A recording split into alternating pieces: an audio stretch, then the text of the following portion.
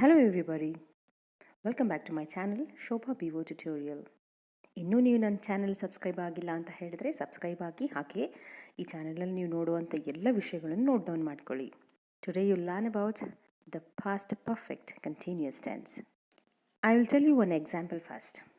Yesterday morning I got up and looked out of the window. The sun was shining but the ground was very wet. ಅಂದರೆ ತುಂಬ ಮಳೆ ಬರ್ತಾ ಇತ್ತು. It had been raining. ಈ ಮೊದಲನೇ incident ನಾನು ಏನು ಹೇಳಿದ್ದೀನಿ ಅದರ ಅರ್ಥ ಏನು ಅಂದರೆ, ನಾನು ಎಸ್ಟರ್ಡೇ ಮಾರ್ನಿಂಗ್ ನೆನ್ನೆ ಬೆಳಗ್ಗೆ ನಾನು ಎದ್ಬಿಟ್ಟು ಹೊರಗಡೆ ನೋಡಿದಾಗ when I looked out of the window the sun was shining. Sun ಏನೋ ಶೈನಿಂಗ್ ಆಗಿತ್ತು. It had been raining. ಅದು ಮಳೆ ಬರ್ತಾ ಇತ್ತು. ನಾನು ನೋಡೋದಕ್ಕೆ ಮುಂಚೆ ಮಳೆ ಬರ್ತಾ ಇತ್ತು, ನಾನು ನೋಡುವಾಗ ಬರ್ತಿರಲಿಲ್ಲ. That's why the ground was wet. ಹಾಗಾಗಿ ಗ್ರೌಂಡ್ ವೆಟ್ ಆಗಿತ್ತು. ಅಂದರೆ ಪಾಸ್ಟಲ್ಲಿ ಯಾವುದೋ ಒಂದು ಪರ್ಟಿಕ್ಯುಲರ್ ಪಾಯಿಂಟ್ ಆಫ್ ಟೈಮಲ್ಲಿ ಘಟನೆ ನಡೀತಾ ಇತ್ತು. ದ ಪಾಸ್ಟ್ ಪರ್ಫೆಕ್ಟ್ ಕಂಟಿನ್ಯೂಯಸ್ಸನ್ನು ಪಾಸ್ಟ್ ಪರ್ಫೆಕ್ಟ್ ಪ್ರೋಗ್ರೆಸಿವ್ ಟೆನ್ಸ್ ಅಂತಾನೂ ಕೂಡ ಕರೀತಾರೆ. Shows that an action that started in the past continued up until another time in the past. ಪಾಸ್ಟಲ್ಲೇ ಮತ್ತೊಂದು ಟೈಮ್ನವರೆಗೆ ಆ ಆ್ಯಕ್ಷನ್ ಕಂಟಿನ್ಯೂ ಆಗ್ತಾ ಇತ್ತು.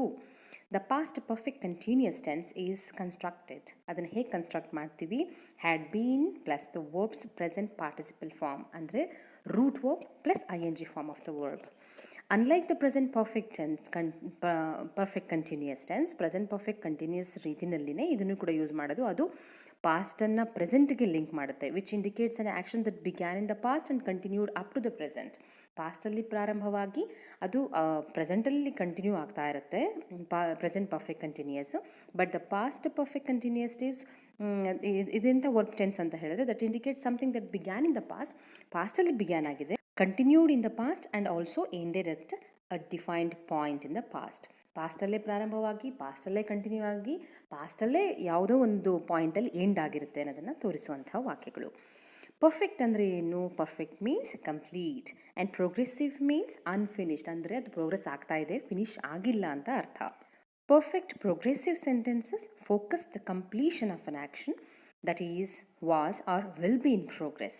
ಈಗ ಅಥವಾ ಹಿಂದೆ ಅಥವಾ ಮುಂದೆನೂ ಪ್ರೋಗ್ರೆಸ್ಸಲ್ಲಿದೆ ಅನ್ನೋದನ್ನು ಒಂದು ಕಂಪ್ಲೀಟ್ ಆಗುತ್ತೆ ಅನ್ನೋದನ್ನು ತೋರಿಸುವಂತಹ ಸೆಂಟೆನ್ಸ್ಗಳು. ಇದರ structure had been plus ING present participle form of the verb ಅಂತ ಹೇಳಿದೆ, root verb plus ING form. This is the past perfect continuous tense. I will give you an example of another instance. When the boys came into the house, their clothes were dirty, their hair was untidy, and one of them had a black eye. ಇದರ ಅರ್ಥ ಏನು?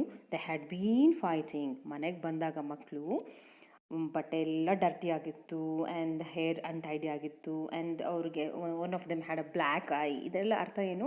They had been fighting. ಅವ್ರು ಮನೆಗೆ ಬಂದಾಗ fight ಮಾಡ್ತಿರ್ಲಿಲ್ಲ, but ಅದಕ್ಕೆ ಮುಂಚೆ ಒಂದು ಟೈಮಲ್ಲಿ ಫೈಟ್ ಮಾಡ್ತಿದ್ರು ಅನ್ನೋದನ್ನು ಇಂಡಿಕೇಟ್ ಮಾಡುವಂತಹ ಸೆಂಟೆನ್ಸ್. ಪಾಸ್ಟ್ ಆಫ್ ದ ಪಾಸ್ಟಲ್ಲಿ ಫಿನಿಶ್ ಆಗದೇ ಇರುವಂತಹ ಘಟನೆ. ಎಕ್ಸಾಂಪಲ್ಸನ್ನು ನೋಡಿ.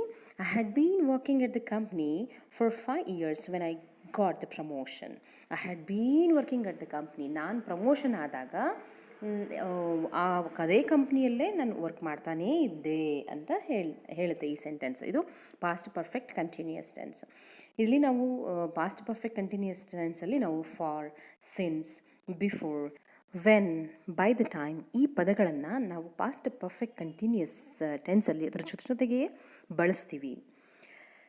You will also see the adverbs before, when or by the time use to introduce a second action. ನಾವು ಅವುಗಳನ್ನೆಲ್ಲ ಬಳಸೋದು ಸೆಕೆಂಡ್ ಆ್ಯಕ್ಷನನ್ನು ಇಂಟ್ರೊಡ್ಯೂಸ್ ಮಾಡುವಂಥ ಸಂದರ್ಭದಲ್ಲಿ. The second action uses the simple past tense. ಯಾವಾಗಲೂ ಕೂಡ ಪಾಸ್ಟ್ ಪರ್ಫೆಕ್ಟ್ ಕಂಟಿನ್ಯೂಯಸ್ ಟೆನ್ಸಲ್ಲಿ second action simple ಪಾಸ್ಟಲ್ಲಿರುತ್ತೆ. Examples. Martha had been walking 3 miles a day before she broke her leg. Before she broke Har leg ಇದು second action. ಇದು past ಟೆನ್ಸಲ್ಲಿದೆ.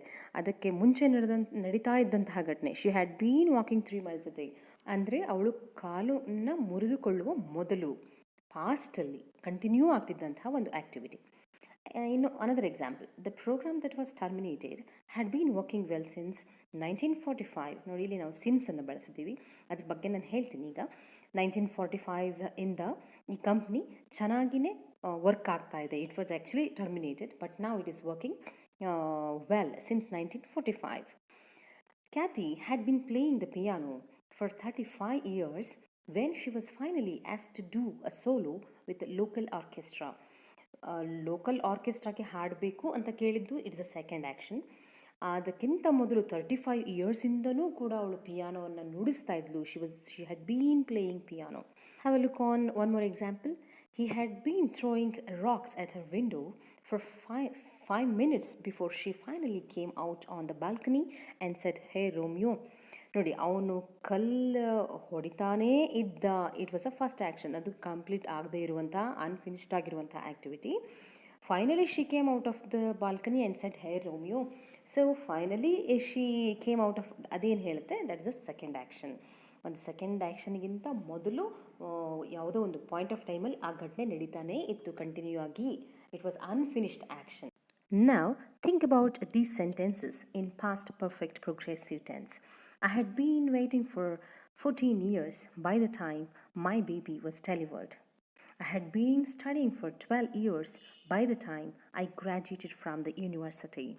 Perfect progressive tenses often answer the questions how long I had been waiting for 14 years, how long for 12 years. She had been teaching for 12 years before he was certified.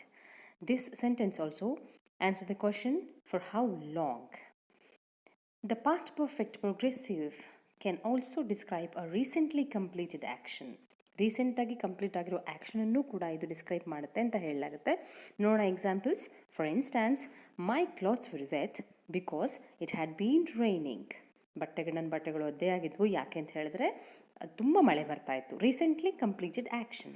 He was talking loudly because he had been drinking. ಅವ್ನು ತುಂಬ ಕುಡಿತಾ ಇದ್ದಿದ್ದರಿಂದ ಅವ್ನು ತುಂಬ ಜೋರಾಗಿ ಮಾತಾಡ್ತಾ ಇದ್ದ ಅಂತ ಹೇಳಿ. Okay, notice how the past perfect progressive often includes the adverbs like for and since to express the duration. The children had been playing since morning. ಬೆಳಗ್ಗೆಯಿಂದ ಮಕ್ಕಳು ಆಟ ಆಡ್ತಾನೇ ಇದ್ದರು.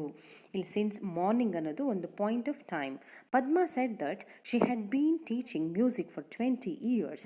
ಇಲ್ಲಿ ಫಾರ್ ಬಳಸಿದ್ದೀನಿ. For 20 years. It is not a point of time, but it is a period of time. ಒಂದು period of ಟೈಮನ್ನು ನಾವು express ಮಾಡುವಾಗ ಫಾರ್ ಅನ್ನುವಂತಹ ಅಡ್ವರ್ಬನ್ನು ಬಳಸ್ತೀವಿ. She had been living there since she was a child. Since she was a child ಅಂದರೆ ಒಂದು point of ಟೈಮನ್ನು ಹೇಳುವಾಗ ನಾವು ಸಿನ್ಸ್ ಅನ್ನುವಂತಹ ಪದವನ್ನು ಬಳಸಬೇಕು. ಒಂದು period of time, for 20 years, for 3 months, for 4 months, for 7 days, for 10 days, ಈ ರೀತಿ ಒಂದು ಪೀರಿಯಡ್ ಆಫ್ ಟೈಮನ್ನು ಹೇಳಬೇಕಾದ್ರೆ ಫಾರನ್ನು ಬಳಸ್ತೀವಿ. ಪಾಯಿಂಟ್ ಆಫ್ ಟೈಮನ್ನು ಹೇಳೋಕ್ಕೆ ಸಿನ್ಸ್ ಬಳಸ್ತೀವಿ. There are some verbs that which can not be used in continuous tenses. ಕೆಲವು ವರ್ಬ್ಗಳಿದೆ ಇಂಗ್ಲೀಷಲ್ಲಿ, ಅವುಗಳನ್ನು ನಾವು ಕಂಟಿನ್ಯೂಸ್ ಟೆನ್ಸಲ್ಲಿ ಯೂಸ್ ಮಾಡೋಕ್ಕಾಗೋದಿಲ್ಲ. For example, know, want, like, belong, love, hate, need, prefer, realise, suppose, mean, understand, believe, remember, contain, consist, depend, seem. These verbs cannot be used in progressive tenses because these are not the action verbs. They are stative verbs. They describe the unchanging situations. They often say about the mental status. Let us see one example of it. We were good friends. We have known each other for many years. ಇಲ್ಲಿ we have known each other present ಪರ್ಫೆಕ್ಟನ್ನು ಬಳಸಲಾಗಿದೆ. ಇದನ್ನು ಹೇಗೆ ಹೇಳಬಾರ್ದು, we had been knowing ಅಂತ ಬಳಸಬಾರ್ದು.